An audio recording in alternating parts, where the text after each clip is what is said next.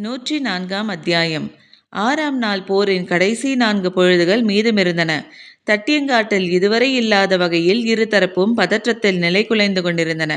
மயூர் கிழாரால் கருங்கைவாணனை மூஞ்சலை நோக்கி அனுப்ப முடியவில்லை.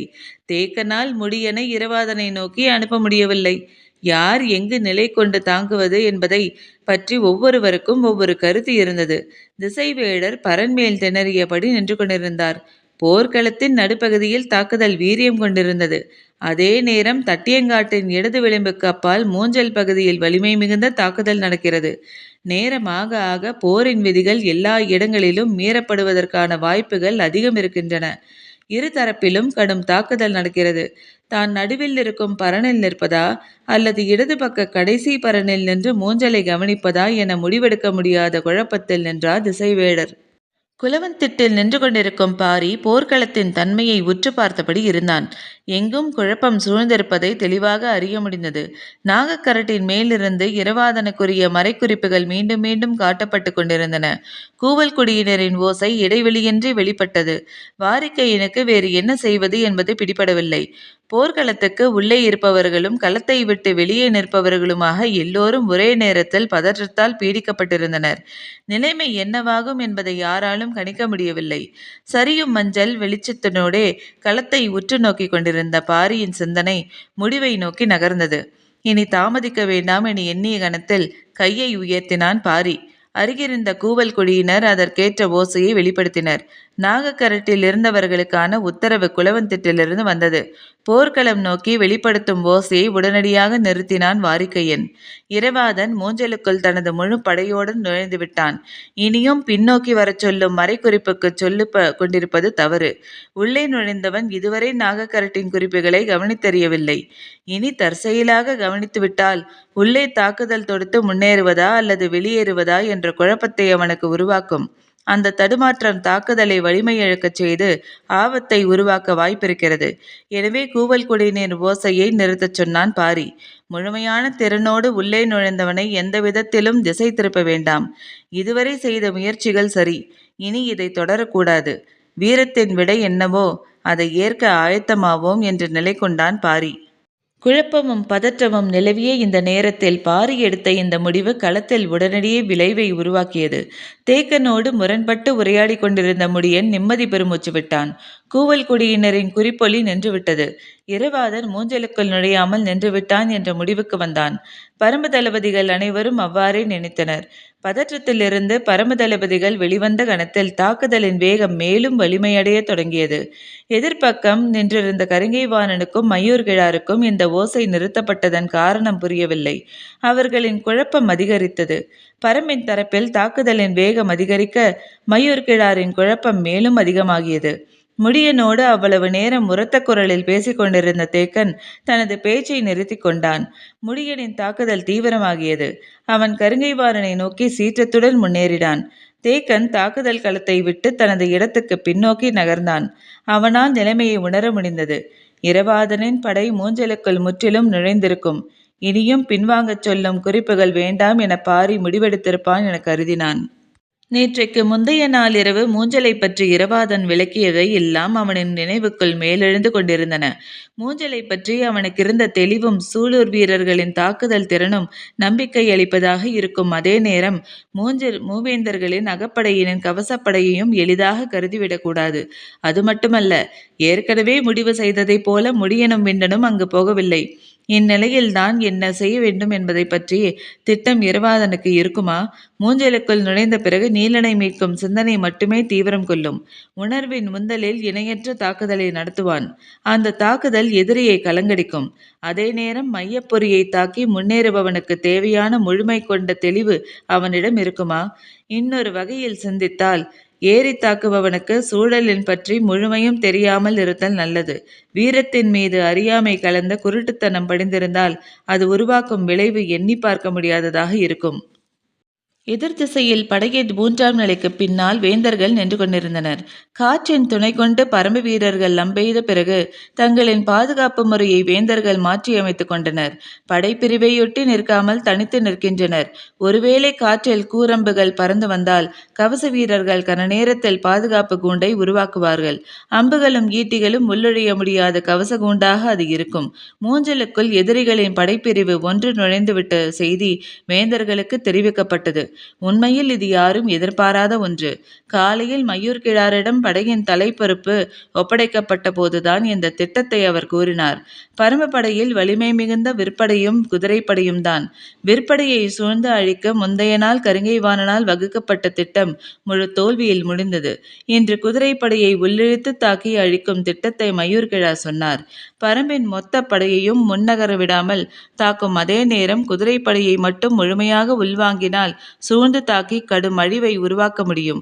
குதிரைப்படையின் அழிவு பரம்புக்கு பேரடியாக அமையும் என்றான். நேற்றிரவு பொற்சுவை சென்ற இடத்தில் என்ன நடந்தது என்று தெரியாத குழப்பத்தில் நின்றிருந்த குலசேகர பாண்டியனுக்கு புதிய செய்தி ஒன்று வந்தது. சென்றவர்கள் யாரும் உயிருடன் இருக்க வாய்ப்பில்லை என்பதே அது. மற்ற இரு வேந்தர்களும் அதே குழப்ப மனநிலையில் இருந்ததால் மயூர் கிழாரின் திட்டம் பற்றி கூடுதலாக உரையாடி கொள்ளவில்லை. ஆனால் இப்போது அதுவே பேராபத்தாகிவிட்டது. உள்நுழைந்த குதிரைப்படை நாம் நினைத்ததை விட வீரியமாக தாக்குதலை நடத்தி மூஞ்சலின் அரணை உடைத்து உள்நுழைந்து விட்டது. ஆபத்து உச்சங்கட்டத்தை அடைந்தது. மூஞ்சலுக்குள் நுழைந்த ஒருவன் கூட உயிரோடு திரும்பக்கூடாது. அனைவரையும் கொன்று புதையுங்கள் என்று உத்தரவிட்டார் குலசேகர பாண்டியன்.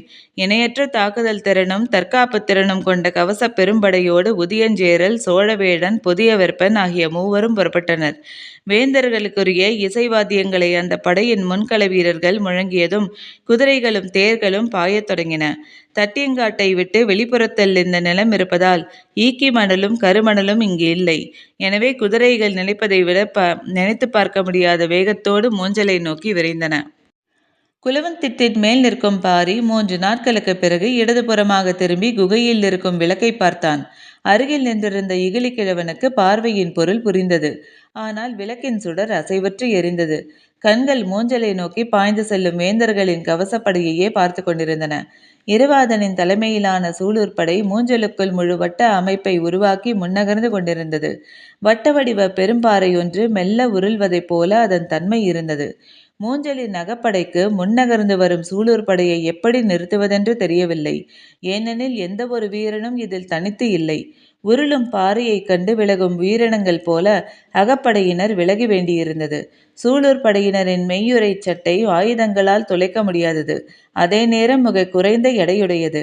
வேந்தர்களின் அகப்படை பெரும் எடை கொண்ட இரும்பாலான கவச உடையை கொண்டது. எனவே வீரர்களால் வேகம் கொண்டு பாய முடியாது. பரம்புபடையின் ஒவ்வொரு வீரனும் எண்ணற்ற ஆயுதங்களை தன் தோளிலும் இடுப்பிலும் தொங்கவிட்டுள்ளான். உள்ளே நுழைந்த படை இதுவரை தாக்குதலை தீவிரப்படுத்தவில்லை. முதலில் தன்னை நிலைநிறுத்தி கொண்டது. பிறகு எந்த திசை நோக்கி நகர வேண்டுமென முடிவு செய்தது. சூலூர் வீரன் ஒருவன் கொண்டு வந்த மூங்கில் ஒன்றை வட்டத்தின் நடுவில் நேராக நிவர்த்தினான். இன்னொரு வீரன் கண்ணிமைக்கும் நேரத்தில் அதன் மேல் ஏறினான். மூஞ்சல் முழுவதும் இருக்கும் கூடாரங்களின் மேற்கூம்பை பார்க்கும் உயரத்துக்கு ஏறினான். சூலூர் வீரர்களை முன்னின்று தாக்கிக் கொண்டிருந்த அகப்படையினர் திடீரென்று ஒருவன் எதிரியின் வட்டப்படையின் நடுவில் மூங்கிலை நட்டு கிடுகிடுவென மேலேறி கொண்டிருப்பதை பார்த்தனர். முதலில் அவர்களுக்கு அது பிடிபடவில்லை. பிறகு அகப்படை தளபதி மேலேறுபவனை நோக்கி தாக்குதல் தொடுக்க உத்தரவிட்டான். முன்னிலை வீரர்கள் வில்லெடுத்து அம்பெய்தனர். அம்புகள் பாயும் முன்பு மூங்கிலின் மேலேறியவன் ஏறிய வேகத்தில் மூஞ்சல் முழுமையையும் கண்களை சுழற்றி பார்த்துவிட்டு அங்கிருந்து கீழே குதித்தான். அம்புகள் காற்றில் பறந்து கொண்டிருந்த போது அவன் தரையிலே நிலை கொண்டிருந்தான். அவன் சொல்லப்போகும் திசைக்காகத்தான் இரவாதன் காத்திருந்தான். கபிலர் நீலனுக்கு வழங்கிய போர்வை எண்ணற்ற மருத்துவ வேர்களால் பின்னப்பட்டது. அதில் காற்றில் தீயும் வேறொன்று இருக்கிறது. அதிலிருந்து சிறிது சிறிதாக கசியும் புகையால் கூடாரத்தின் மேற்பகுதியில் கருநீலம் படிந்திருக்கும். மூங்கிலின் மேலேறியவன் அந்த கூடாரத்தை பார்த்தவுடன் மேலிருந்து கீழே குதித்தான். குதித்தவன் குறிப்பை சொன்ன கணத்தில் முன்வகுக்கப்பட்ட திட்டத்தின் அடிப்படையில் தாக்குதலை தொடங்கினான் இரவாதன். அதுவரை முன்னும் பின்னுமாக அசைந்தபடி நின்று கொண்டிருந்த ஆரை கடகடவென உருளத் தொடங்கிய போது இருந்தது. பரம்பின் தரப்பில் அம்புகளும் ஈட்டிகளும் பீரிட்ட போது அகப்படையினர் முன்னகர முடியாமல் தடுப்பு உத்தியை கைக்கொள்ளத் தொடங்கினர்.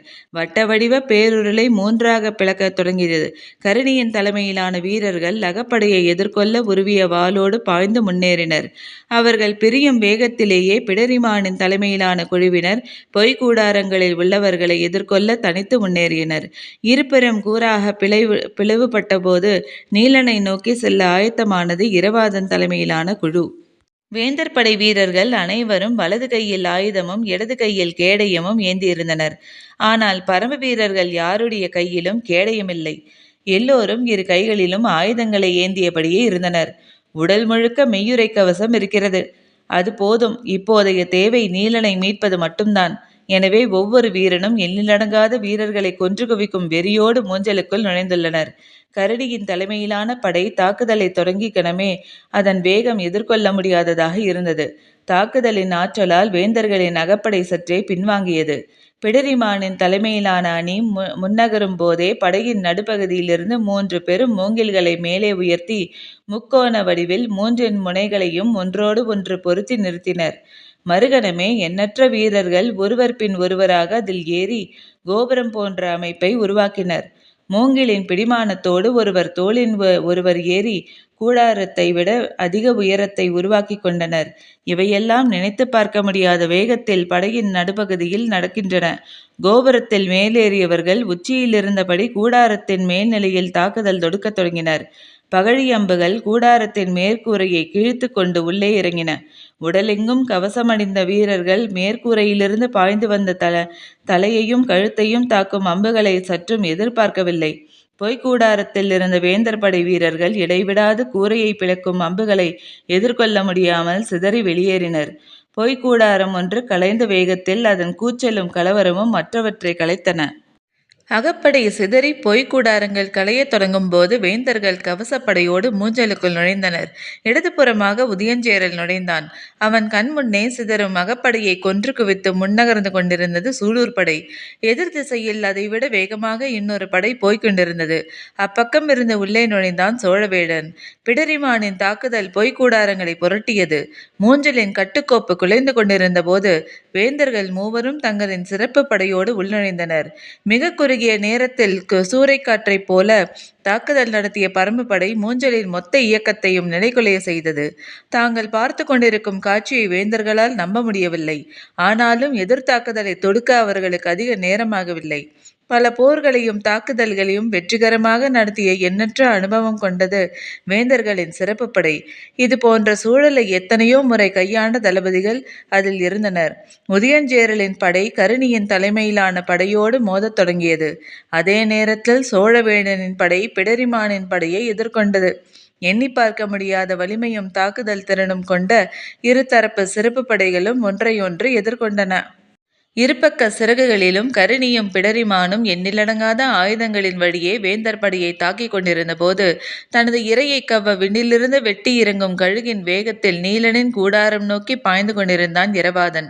மூஞ்சலுக்குள் நுழைந்த இடத்திலிருந்து நீலனின் கூடாரம் இருக்கும் இடம் வரை 3 தடுப்பு நிலைகள் உள்ளன. வெளிப்புற அரணை உடைத்து முதல் தடுப்பு அருகில் பரம்பு படை வந்தபோது வேந்தர்கள் மூவரும் வந்து சேர்ந்தனர். ஆனால் அப்போது இரவாதன் 2வது தடுப்பை தாக்கிக் கொண்டிருந்தான். நிலைமையை கணிக்கும் நேரம் கூட வேந்தர்களுக்கு வாய்க்கவில்லை. அவன் 2வது தடுப்பை உடைக்கும் முன் தனது படை அவ்விடம் விரைந்து செல்ல உத்தரவிட்டான் புதிய விற்பன். இரவாதனின் வேகமும் தாக்குதலின் தன்மையும் யாராலும் கற்பனை செய்ய முடியாத அளவுக்கு இருந்தன. தென்னோலையை கிழித்து கொண்டு உள்ளிறங்கும் மூங்கிற்குழி போல எதிரிகளின் கவசங்களை தொலைத்து உள்ளிறங்கின பகழி அம்புகள். அம்பென்பது 3 விசைகள் மையங்கொள்வது. இழுத்து வளைக்கும் போது உள்ளுக்குள் விரிய துடிக்கும் நரம்பு, பின்னிழுக்கும் போது முன்வாங்கி துடிக்கும் நான், முன்னும் பின்னுமாக வீரனின் 2 கைகளை கொண்டு கூட்டப்படும் விசை. இந்த 3இன் குவி மையமே விடுபடும் அம்பாய் ஏகிச் செல்லும். இந்த 3ம் வேந்தர் படையை விட 3 மடங்கு அதிக ஆற்றலோடு வெளிப்பட்டன சூலூர் வீரர்களிடம். குறுங்காது முயலின் குருதிவாடை காற்றெங்கும் மிதந்து கொண்டிருந்தது. புதிய விற்பனின் சிறப்பு படை இரவாதனின் படையை நோக்கி முன்னேறியது. அப்போது சற்றும் எதிர்பார்க்காமல் சூலூர் வீரர்கள் விசிறி வடிவ உருளிகளான எரிவட்டுகளை வீசத் தொடங்கின. ஈட்டி என்றால் போர் வீரன் ஒன்றைத்தான் வைத்திருக்க முடியும். ஆனால் ஒவ்வொரு வீரனும் 10க்கும் மேற்பட்ட எரிவட்டுகளை இடுப்பிலே கோத்து வைத்திருந்தனர். கண்ணிமைக்கும் நேரத்தில் காற்றை கிழித்து கொண்டு பறந்த எரிவட்டுகள் அனைத்தும் கவச வீரர்களின் கழுத்துக்கு குறிவைக்கப்பட்டன. பாய்ந்து வந்த வேந்தரின் கவசப்படை ஒரு பனை தொலைவிலேயே நின்று எரிவட்டுகளை கவசங்களால் தடுக்க வேண்டிய நிலை வந்தது.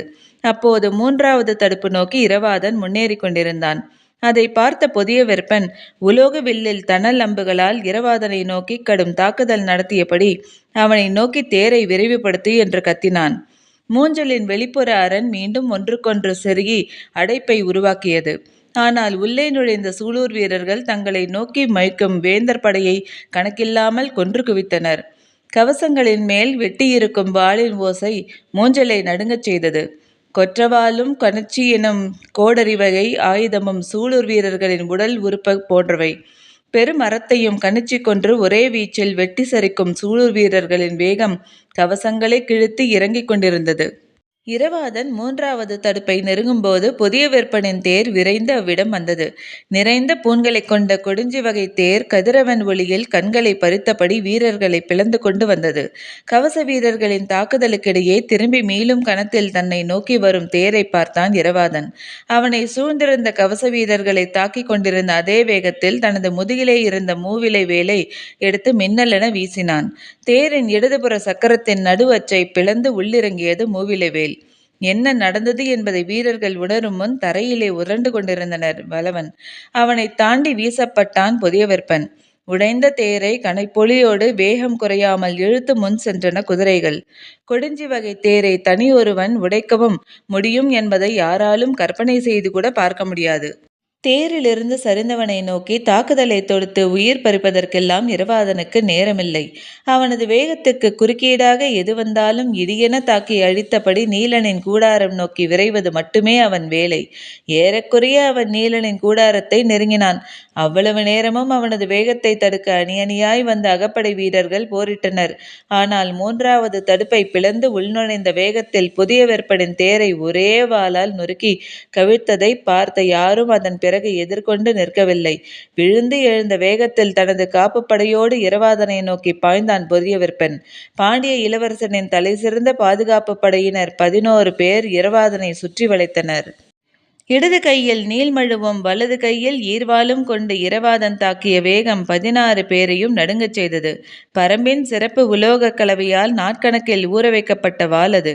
வேறெந்த உலோகத்தினோடும் கரும்பாறையிலோ மோதினாலும் கூட முனை மழுங்காது.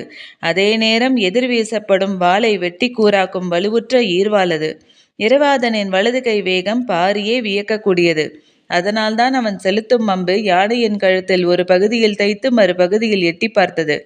அதுவும் நீலனின் கூடார வாயிலில் நடக்கும் இந்த தாக்குதலில் மரக்குச்சிகளை வெட்டி தள்ளுவது போல பாண்டிய வீரர்களின் வாட்களை சீவி தள்ளினான். இடது கை முழுவதும் முன்விளிம்பில் கைகளும் தலையுமாக மாட்டிய எதிரிகளின் உறுப்புகள் மீன் செதில்களைப் போல சீவப்பட்டு எல்லா திசைகளிலும் பறந்து கொண்டிருந்தன. பீரிடும் நீரூற்றுக்கு இடையே குளித்து நகர்பவனைப் போல குருதி ஊற்றுக்கு இடையே முன்னகர்ந்து கொண்டிருந்தான் இரவாதன். அவனை மறிக்கும் ஆற்றல் அங்கு இருக்கும் யாருக்கும் இல்லை. சினங்கொண்ட வேட்டை விலகின் 8 பற்களை தனது முகத்தருகே பார்ப்பதைப் போல இரு கைகளாலும் ஆயுதங்களை கைக்கொள்ளும் இரவாதனை பார்த்து மிரண்டு நின்றான் புதிய வெப்பன்.